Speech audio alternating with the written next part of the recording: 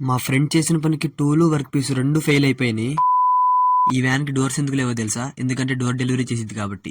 నాకు అర్థం కాలేదు సార్. ఎలా అయితేనే సక్సెస్ఫుల్ గా కాలేజ్ కి అయితే వచ్చేసాం. క్లాస్ వినకుండా వీళ్ళు చేసే పనులు ఇవి.